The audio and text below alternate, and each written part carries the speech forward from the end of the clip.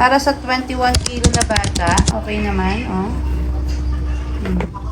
So yan mga Mima, nag-check out nga ako in one shop. Mini stool or mini chair para kay Zoe. At isang leather sofa storage box. So dito nga sa bago naming bahay, medyo kailangan namin ng space dahil maliit lang siya. So dahil kailangan namin i-organize yung mga gamit namin dito sa bahay, itong center table namin, ginawa na rin naming dining table. So kumuha na rin ako ng chair dito para kay Zoe para hindi siya mahirapan kumain sa mataas na chair. So yung pinili ko nga dito yung megulong para naman ma-enjoy niya pa rin. So yun, ganun. And so far, okay naman at matibay. At ito namang leather sofa box ang nabili ko, sobrang ganda niya mga Mima at mukhang matibay. At hindi ko nga expect na sobrang laki niya mga Mima. At napakadali nga lang niya i-assemble. Ang galing nga nila mag-package kasi sobrang safe yung item. So pinaupo ko na nga dito si Dada at si Zoe para matest ko kung gaano katibay. At ang timbang nga ng mag-ama ko 86 kilo. At pinatayo at pinalakad ko na nga rin si Zoe dito para malaman ko kung lulubog. At ito nga yung pinakamaganda dito, sobrang laki ng compartment niya sa loob. Kaya yung mga kalat-kalat na gamit nila sa school, yung mga bags, dito ko na lang ilalagay. And yan, super sulit nga nito mga Mima. Kaya kung gusto nyo, ilalagay ko yung link sa aking comment section. Yan lang. Bye!